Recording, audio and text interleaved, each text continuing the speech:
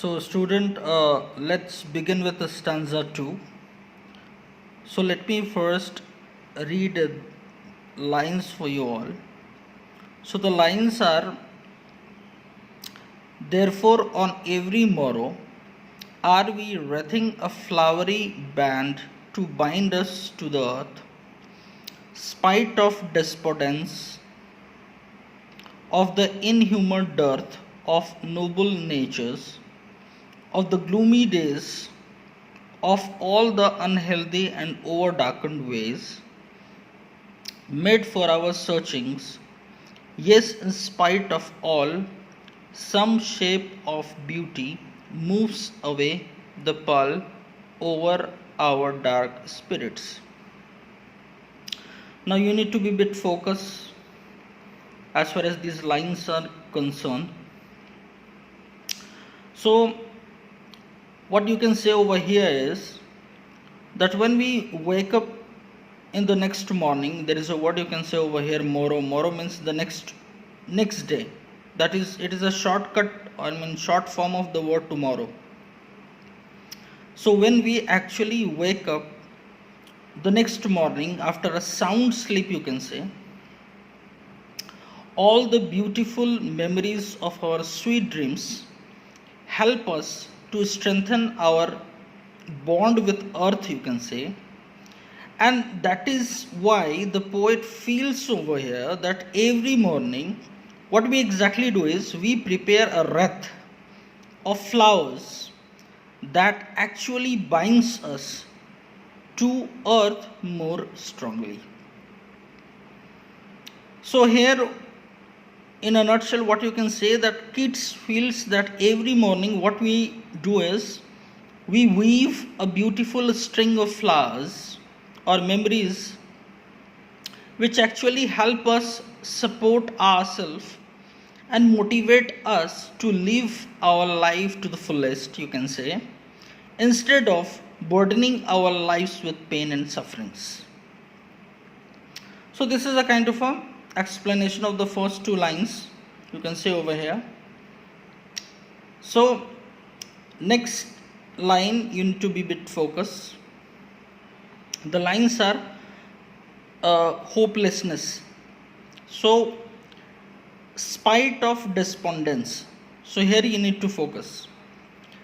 So you can say some of the negative aspect of life given over here in terms of hopelessness, sadness, you can say, lack of noble ways, and they are supposed to be the part of human life. Why I'm saying this? Because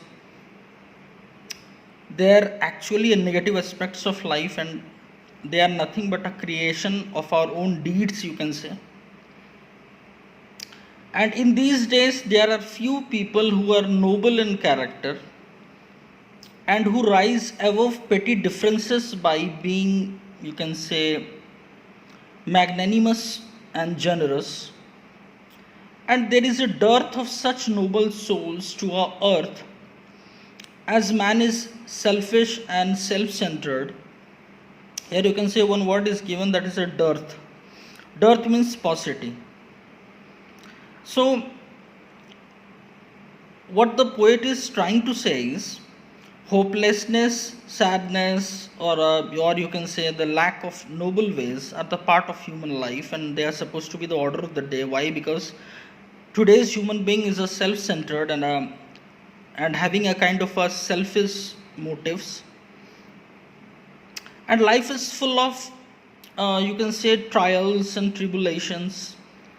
Every individual seems to be losing faith, and a kind of a disappointments prevailing, which actually results from our own doings, you can say.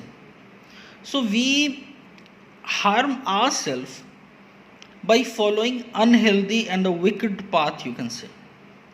But in spite of these negative aspects of life, there are some wonderful side of the nature, and actually it helps us to shed sad and grim thoughts. And it's quite obvious that they remove the veil of gloom, you can say, bringing about hope and optimism in our life. So the thing of beauty over here actually glorifies a kind of positive aspects of being positive in our life, so that we can be optimistic. We shouldn't be a kind of a pessimistic individual.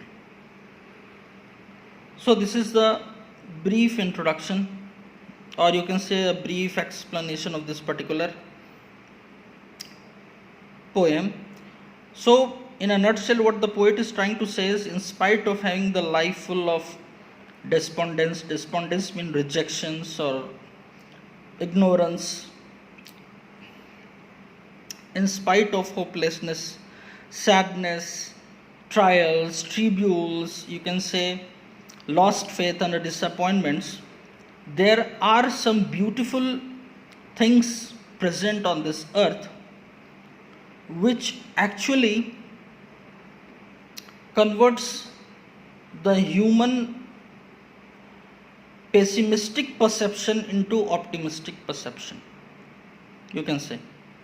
So they actually played a very important role in removing the veil of gloom, you can say, or bringing about hope and optimism in our life. So this is supposed to be the short explanation of these stanza.